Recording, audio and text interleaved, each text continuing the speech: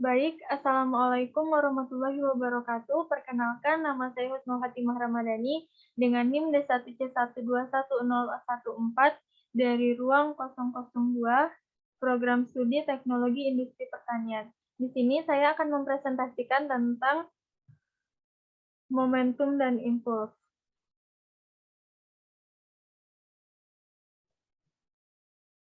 Momentum didefinisikan sebagai perkalian antara massa dan kecepatan. P sama dengan mv. Momentum sama dengan besaran vektor, dan satuannya adalah kilogram meter per sekon. Besar momentum ditentukan oleh massa dan kecepatan. Momentum adalah besaran vektor dengan arah persis sama dengan arah vektor kecepatan.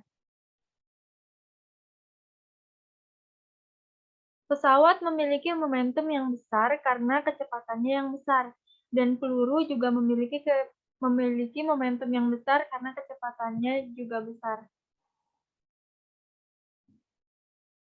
Banyak sistem yang kita temui dalam sehari-hari tidak terbatas pada satu benda saja. Justru lebih sering kita temui sistem dari banyak benda. Sistem yang kita temui disusun oleh sejumlah benda, maka momentum total sistem tersebut merupakan jumlah vektor dari momentum masing-masing benda. Penjumlahan harus dilakukan secara vektor karena momentum merupakan besaran vektor.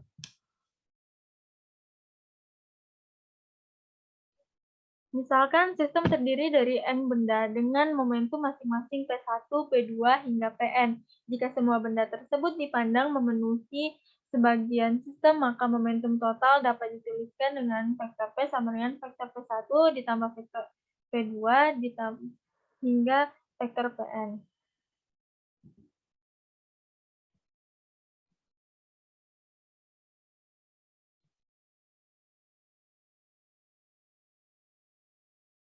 Selanjutnya adalah impuls. Impuls merupakan istilah yang erat kaitannya dengan tumbukan.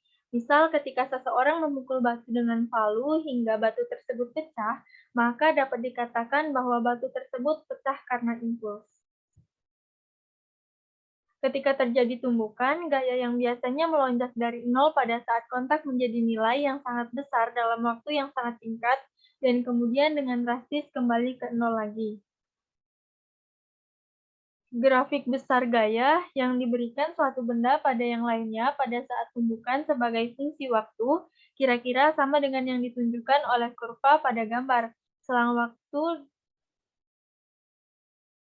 delta T biasanya cukup nyata dan sangat singkat. Dalam fisika, impuls didefinisikan sebagai perkalian gaya rata-rata dengan lamanya waktu tumbukan, atau dapat ditulis dengan sistematis, yaitu I sama dengan F delta T.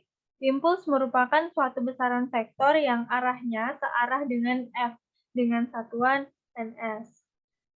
F sama dengan delta P per delta T, kedua ruas dikalikan dengan delta T. Sehingga F dikali delta T sama dengan delta P. Impuls sama dengan perubahan momentum. Gaya rata-rata F yang bekerja selama selang waktu delta T menghasilkan impuls yang sama dengan gaya yang sebenarnya. Kekekalan momentum dapat kita lihat pada gambar dua buah bola yang masing-masing bermassa m1 dan m2 bergerak dengan kecepatan v1 dan v2. Kemudian kedua benda bertumbukan. Setelah bertumbukan, kecepatan masing-masing benda menjadi v1 aksen dan v2 aksen. Ketika dua benda mengalami tumbukan dan tidak ada gaya luar yang bekerja pada sistem tersebut, maka perubahan momentum sistem sama dengan 0.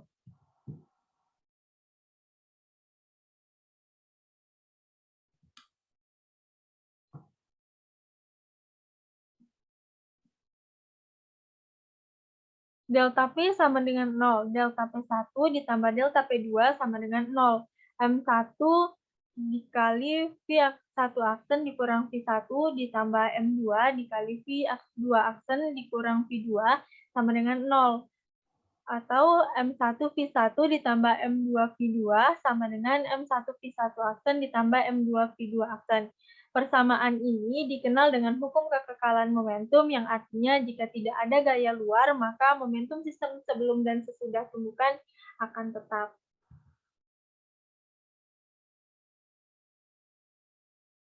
Jenis tumbukan. Pada setiap tumbukan dua benda, jika tidak ada gaya luar, maka momentum sistem akan sama, namun tidak dengan energi kinetiknya. Tumbukan yang energi kinetik sistemnya tidak mengalami perubahan disebut dengan tumbukan elastis. Sedangkan jika energi kinetiknya berubah, maka disebut dengan tumbukan tidak elastis atau inelastis.